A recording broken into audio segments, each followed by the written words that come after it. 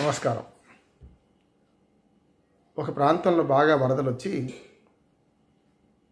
వాగులు వంకలు పొంగి నది ఉధృతంగా ప్రవహిస్తుంటే ఆ నది పక్కన ఉన్న ఒక ఊళ్ళో షావుకారు ఆ నది నీళ్ళలో కొట్టుకుపోతున్నాడట. అందరూ విచిత్రంగా చూస్తున్నారు, కానీ ఎవ్వరు కూడా కొట్టుకుపోతున్న వ్యాపారిని రక్షించడానికి ముందుకు రాలే. ఒక ఆయన చాలా దూరం నుంచి ప్రయాణికుడిగా వచ్చి ఆ వరదలో చిక్కుకుపోయి ఆ ఊళ్ళో నది పక్కన అందరితో పాటు నిల్చున్న ఆయన, ఏమయ్యా ఆ వ్యక్తి కొట్టుకుపోతున్నారు, కనీసం ఎవరైనా పోయి సహాయం చేయొచ్చు కదా అని అంటే, మా షావుకారు ఏదైనా లాభం లేనిది ఏ పని చేయడండి, అందుకని నీళ్ళలో కొట్టుకుపోతున్నా ఆయనకి ఏదో లాభం ఉంటుంది, అందుకని ఆయనను మేము రక్షించిన వేస్ట్, ఆయనకు లాభం ఉండే నీళ్ళలో కొట్టుకుపోతున్నా అని చెప్పి ఆ ఊరి ప్రజలు అన్నారట. ఇట్లా కేసీఆర్ గారు కానీ ఆయనతో పాటు వివిధ రాజకీయ పార్టీ నాయకులందరూ కూడా ప్రత్యక్షంగా పరోక్షంగా ఏదైనా ఒక ఓటు బ్యాంకు లాభం లేకుంటే ఏ పని చెయ్యరు అనేది ఒక నాంది. అందులో భాగంగానే కేసీఆర్ గారు మరి అసెంబ్లీ సాక్షిగా మోడీని ఎంత తెగిడారో, తన మాజీ స్నేహితుడు, తన పార్టీలో 20 ఏళ్ళకి పైగా తనతో కలిసి నడిచిన సహచరుడు, సరే రాజకీయ కారణాల వల్ల లేకపోతే వ్యక్తిగత కారణాల వల్ల ఆయనను దూరం పెట్టడం, కావాలని పొమ్మను లేక పొగబెట్టడం, దాంతో ఈటల రాజేందర్ వెళ్ళి సొంత పార్టీ పెట్టుకుందామా, కాంగ్రెస్లో కలుద్దామా, బీజేపీలో కలుద్దామా అని 2 నెలలు మదనం పడి చివరికి ఉప ఎన్నికలకు ముందు బీజేపీలో చేరి ఓ రకంగా కేసీఆర్ మీద కక్ష తెచ్చుకున్నాడు. అంటే మగడి మీద కోపంతో అన్నట్టు ఓ పని, నేను కమ్యూనిస్ట్ డిఎన్ఏ నాకున్నదని చెప్పుకుంటూనే అటు కమ్యూనిస్ట్ పార్టీలో చేరకుండా, ఇటు సొంత పార్టీ పెట్టకుండా, కనీసం లౌకిక పార్టీ కొంచెం అనే పేరు మీద ఉన్న కాంగ్రెస్ పార్టీలో కూడా చేరకుండా బీజేపీలో చేరి తన డిఎన్ఏకి వ్యతిరేకంగా అక్కడ గెలిచాడు. అందుకని పోరాటం డిఎన్ఏకును బయట పరిస్థితులకు పోరాటం జరుగుతుందని అనుకోవచ్చు. బీజేపీలో ఇమ్మడలేకపోతున్నాడు రాజేందర్ అని, అంతకుముందు బీజేపీలో చేరిన చాలామంది ఇమ్మడలేక ఎటుకాకుండా అయిపోయారని ఒకటి ఉన్నది. ఉదాహరణ నాగం జనార్దన్ రెడ్డి గారి నుంచి మొదలుకొని చాలామంది బీజేపీలో చేరిన నాయకులు వాళ్ళు అందులో ఇమ్మడలేకపోయినారని ఒకటి ఉన్నది, మనకి చూసాం మనం. అట్లా చూసుకుంటే ఈటల రాజేందర్ కూడా మొదట్లో ఇచ్చిన ప్రాధాన్యత వారికి బీజేపీలో దక్కడం లేదని, అట్లానే ఇచ్చిన ప్రాధాన్యతలో మరి ఆపరేషన్ ఆకర్ష్ చాలామందిని తీసుకొస్తారని ఆయన మీద ఆశలు పెట్టుకుంది పార్టీ అనేది ఒకటి ఉన్నది. కనుక ఈ దశలో పశ్చిమ బెంగాల్లో సువేంద్ర అధికారి మనకు పశ్చిమ బెంగాల్లో మమతా బెనర్జీతోని విభేదించి సింగూరు సాక్షిగా మరి అక్కడ మమతా బెనర్జీని సువేంద్ర అధికారి ఓడించారు.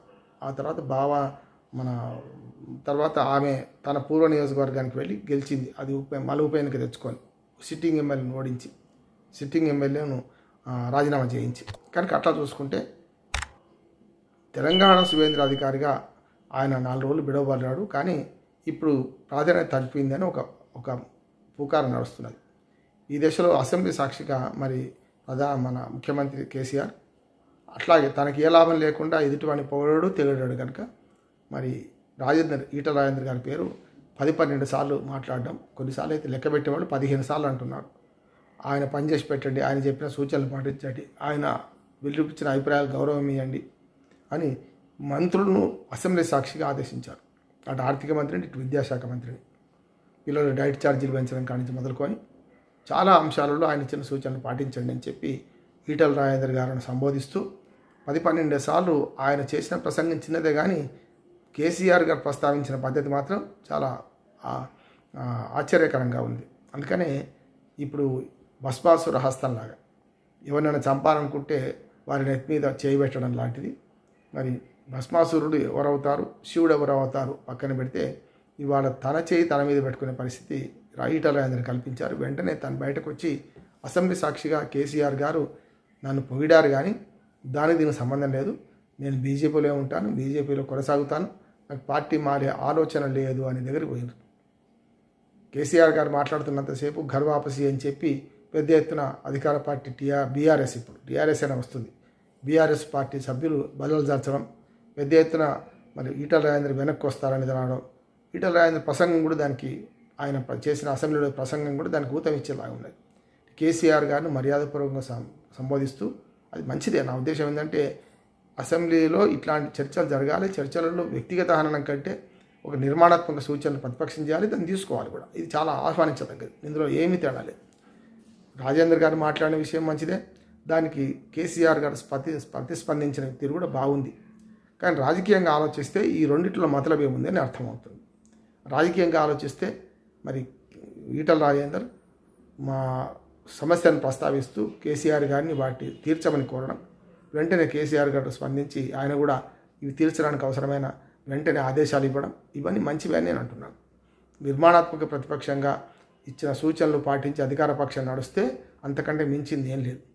కానీ ఇప్పుడు ఇది ఏమైందంటే ఈటల రాజేందర్ నెత్తి మీద కేసీఆర్ అనే భస్మాసుర హస్తం పడబోతుందా అనేది ఒకటి వచ్చింది రాజకీయంగా. ఈటల రాజేందర్ బీజేపీలో చేరతారనే సమస్య వచ్చింది. దాంతో ఆయన ఖండించాల్సి వచ్చింది. ఏదేమైనా సరే రాజకీయ దుమారానికి దారితీసింది.